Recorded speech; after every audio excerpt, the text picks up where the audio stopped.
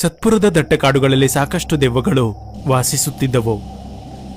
ವಿಷಯವೇನೆಂದರೆ ಅಲ್ಲಿ ದೆವ್ವವೇ ಮರವಾಗಿ ನಿಂತುಕೊಂಡಿರುತ್ತದೆ.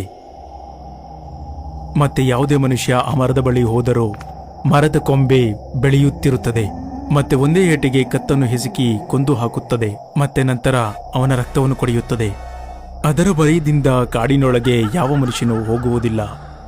ಸಾಕಷ್ಟು ದಿನಗಳಿಂದ ಮನುಷ್ಯ ಕಾಡಿನೊಳಗೆ ಹೋಗದಿದ್ದಾಗ ಮತ್ತೆ ಎಲ್ಲ ಭೂತದ ಮರಗಳು ಹಸಿವಿನಿಂದ ತಡಪಡಿಸಿದರು. ಮತ್ತೆ ಎಲ್ಲರೂ ಮಾತಾಡತೊಡಗಿದರು. ನಾವು ನಮ್ಮ ಹಸುವನ್ನು ಹೇಗೆ ನೀಗಿಸುವುದು? ಭೂತಗಳ ಮಧ್ಯೆ ಒಂದು ಅಹಂಕಾರ ಭೂತ ಹೇಳುತ್ತದೆ, ನಾವು ಗ್ರಾಮದ ಕಡೆಗೆ ಹೋಗಿ ನಮ್ಮ ಶಕ್ತಿಗೆ ತಕ್ಕಂತೆ ಮನುಷ್ಯರ ಮಾಂಸದಿಂದ ನಮ್ಮ ಹಸಿವನ್ನು ನೀಗಿಸೋಣ ಮತ್ತು ಅವರ ರಕ್ತದಿಂದ ನಮ್ಮ ದಾಹ ತೀರಿಸೋಣ. ಈ ರೀತಿ ಯೋಜನೆ ಮಾಡಿ ಎಲ್ಲ ಭೂತಗಳು ಗ್ರಾಮದ ಕಡೆಗೆ ಹೋಗುತ್ತಾರೆ. ಮತ್ತೆ ಅವರವರ ರೀತಿಯಲ್ಲೇ ಜನಗಳನ್ನು ಒಡೆಯುತ್ತಾರೆ. ಎಲ್ಲರನ್ನೂ ಕಾಡಿಗೆ ಕಳಿಸಿ ಅಹಂಕಾರದ ಭೂತ ಅಲ್ಲೇ ಇದ್ದು ಬಿಡುತ್ತದೆ. ಅಹಂಕಾರಿ ಭೂತ ಪೂರ್ತಿ ಕಾಡನ್ನು ತಿರುಗಿ ಪ್ರಾಣಿಗಳನ್ನು ಕೊಂದು ತಿನ್ನುತ್ತದೆ ಮತ್ತೆ ಮಜಾ ಮಾಡುತ್ತಿರುತ್ತದೆ. ಎಲ್ಲ ಭೂತಗಳು ಗ್ರಾಮವನ್ನು ಬೇಟೆಯಾಡಿ ಒಂದು ಕಡೆ ಸೇರಿದಾಗ ಅವರಿಗೆ ಅಹಂಕಾರಿ ಭೂತ ಕಾಣಿಸುವುದಿಲ್ಲ. ಅಹಂಕಾರಿ ಭೂತ ಚಾಲಾಕಿಯಿಂದ ಎಲ್ಲರನ್ನೂ ಓಡಿಸಿ ಕಾಡಿನಲ್ಲಿ ಒಬ್ಬನೇ ಇದ್ದು ತಿರುಗಿ ಬೇಟೆಯಾಡುತ್ತಾನೆ ಮತ್ತೆ ಪ್ರಾಣಿಗಳನ್ನು ಕೊಂದು ತಿನ್ನುತ್ತಾನೆ. ಈಗ ಅದು ಬೇಟೆಗಾರನ ರೂಪವನ್ನು ತಾಳಿತ್ತು. ಕೈಯಲ್ಲಿ ಬಿಲ್ಲು ಮತ್ತು ಬಾಣವನ್ನು ಹಿಡಿದು ದೂರದಿಂದಲೇ ಪ್ರಾಣಿ ಮತ್ತು ಪಕ್ಷಿಗಳನ್ನು ಬೇಟೆಯಾಡುತ್ತದೆ ಮತ್ತು ನಿಧಾನವಾಗಿ ಕಾಡಿನ ಸಾಕಷ್ಟು ಪ್ರಾಣಿಗಳನ್ನು ಕೊಂದು ತಿಂದು ಬಿಟ್ಟಿತು. ಮತ್ತೆ ಒಂದು ದಿನ ಕಾಡಿನಲ್ಲಿ ಒಬ್ಬಂಟಿಯಾಗೇ ಇತ್ತು. ಪ್ರಾಣಿ ಪಕ್ಷಿ ಸಿಗದಿದ್ದಾಗ ಅದು ಮರದಲ್ಲಿ ಹಣ್ಣು ತಿನ್ನುತ್ತಿತ್ತು ಮತ್ತೆ ಮಜಾ ಮಾಡುತ್ತಿತ್ತು. ಮತ್ತೆ ಇನ್ನೊಂದು ಕಡೆ ಊರಿನ ಭೂತಗಳು ಒಂದು ಕಡೆ ಸೇರಿದ್ದಾಗ ಮತ್ತೆ ಅಹಂಕಾರಿ ಭೂತ ಅಲ್ಲಿ ಬರದಿದ್ದಾಗ ಅವುಗಳು ಯೋಚಿಸತೊಡಗುತ್ತದೆ, ನಮ್ಮ ಅಹಂಕಾರಿ ಭೂತ ಇಲ್ಲಿ ಹೋದ. ಅಹಂಕಾರಿ ಎಲ್ಲಾದರೂ ಬೇಟೆಯಾಡುತ್ತಿರುತ್ತಾನೆ, ಬಹಳ ರೀತಿ ಮಾತಾಡುತ್ತಾನೆ, ಆದರೆ ನಮಗೆ ಮೋಸ ಮಾಡುತ್ತಾನೆ. ನಿತ್ಯ ಏನಾದರೂ ಒಂದು ಮಾಡುತ್ತಲೇ ಇರುತ್ತಾನೆ. ನಮ್ಮೆಲ್ಲರಿಗೂ ಮೋಸ ಮಾಡುವುದು ಅವನಿಗೆ ಅಭ್ಯಾಸವಾಗಿ ಬಿಟ್ಟಿದೆ. ಅವನನ್ನು ಬಿಟ್ಟು ಬಿಡುವುದೇ ಉಚಿತ.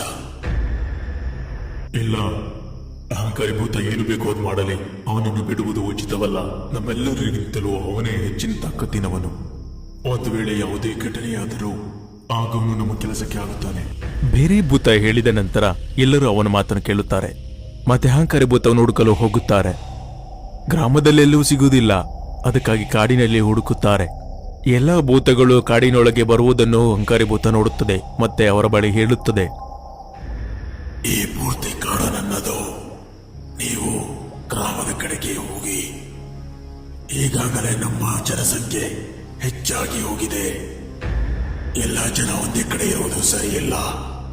ನೀವು ನಿಮ್ಮ ಊರನ್ನು ಹುಡುಕಿಕೊಳ್ಳಿ ಮತ್ತು ಒಂದೊಂದು ಊರಿನಲ್ಲಿ ಒಂದೊಂದು ದೆವ್ವ ಇದ್ದು ಬಿಡಿ.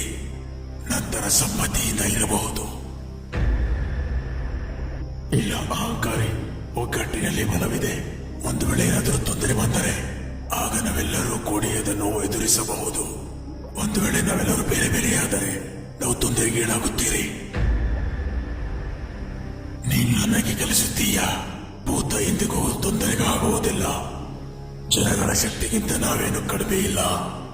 ನಾವು ಒಬ್ಬರೇ ಈ ಪ್ರಪಂಚವನ್ನು ಸಾಕಷ್ಟು ನಿಭಾಯಿಸಬಹುದು. ಮತ್ತೆ ಎದುರಿಸುವ ವಿಚಾರದಲ್ಲಿ ಭಯವೇಕೆ?